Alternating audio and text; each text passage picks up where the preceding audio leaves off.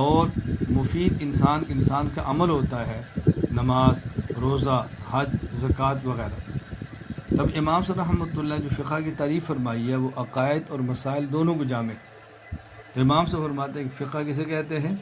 اس چیز کا جاننا جو انسان کے لیے مفید ہے اور جو انسان کے لیے نقصان دہ ہے۔ جو مفید ہے اس کو حاصل کر لے اور جو نقصان دہ ہے اس کو چھوڑ دے۔ اسی وجہ سے پھر امام صاحب مزید تفصیل کرتے ہیں کہ وہ علم جس سے عقائد کو جانا جائے وہ فقہ ہے، لیکن فقہ اکبر ہے، اور وہ علم جس سے مسائل کو جانا جائے وہ فقہ ہے، لیکن فقہ اصغر ہے۔ حضرت امام اعظم ابو حنیفہ رحمۃ اللہ علیہ نے عقائد میں جو کتاب تحریر فرمائی ہے اس کتاب کا نام ہے الفقہ الاکبر۔ حضرت امام صاحب رحمۃ اللہ علیہ نے اپنے بیٹے حماد سے فرمایا تھا، حضرت امام صاحب رحمۃ اللہ نے اپنے بیٹے حماد سے فرمایا تھا کہ بیٹا تم علم الکلام کو سیکھو، کیوں؟ فإنہ الفقہ الاکبر، علم الکلام الفقہ الاکبر ہے۔ تو امام صاحب نے تعریف یوں فرمائی ہے۔ تو ایک تعریف وہ ہے جو حضرت امام اعظم ابو حنیفہ رحمہ اللہ فرماتے، اور چونکہ ہم بات صرف مسائل سے کرتے ہیں اس لیے فقہا کی اس تعریف کو لیتے ہیں کہ جس میں صرف مسائل سے بات کی جاتی ہے، تو فقہ کی وہ تعریف ہے جو علامہ تفتزانی نے فرمائی ہے۔ میں عام طور پر سمجھانے کے لیے فقہ کی آسان ترین تعریف کیا کرتا ہوں کہ جس کو آپ کے لیے سمجھنا اور پھر آگے سمجھانا آسان ہو۔ فقہ کی آسان ترین تعریف کیا ہے؟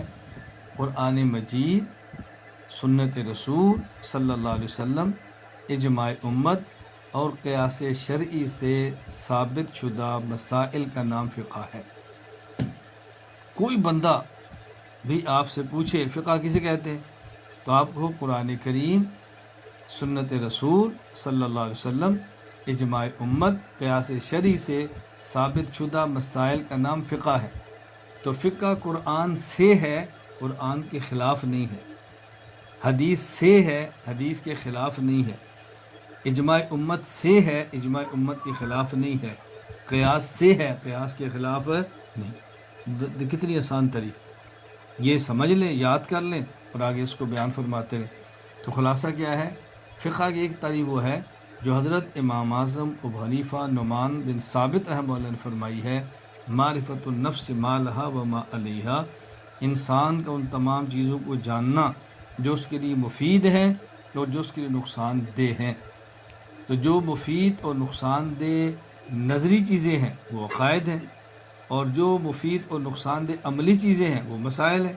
تو لہذا عقائد کے علم کو الفقہ الاکبر کہتے ہیں اور مسائل کے علم کو علم الفقہ کہتے ہیں۔ تو چونکہ فقہا نے اس کو الگ کر دیا علم الکلام اور فقہ کو، تو پھر فقہا نے فرمایا کہ فقہ کی تعریف کیا ہے؟ جس طرح میں نے علامہ تفتزانی کے حوالے سے عرض کیا، العلم بالاحکام الشرعیہ العملیہ من ادلۃ تفصیلیہ، کہ شریعت کے عملی مسائل کو دلائل کے ساتھ تفصیلی دلائل سے جاننا، یہ فقہ ہے۔ اور میں نے آسان ترین فقہ کی تعریف کر دی ہے، قرآن کریم، سنت رسول صلی اللہ علیہ وسلم، اجماع امت اور قیاس شرعی سے ثابت شدہ مسائل کا نام فقہ ہے۔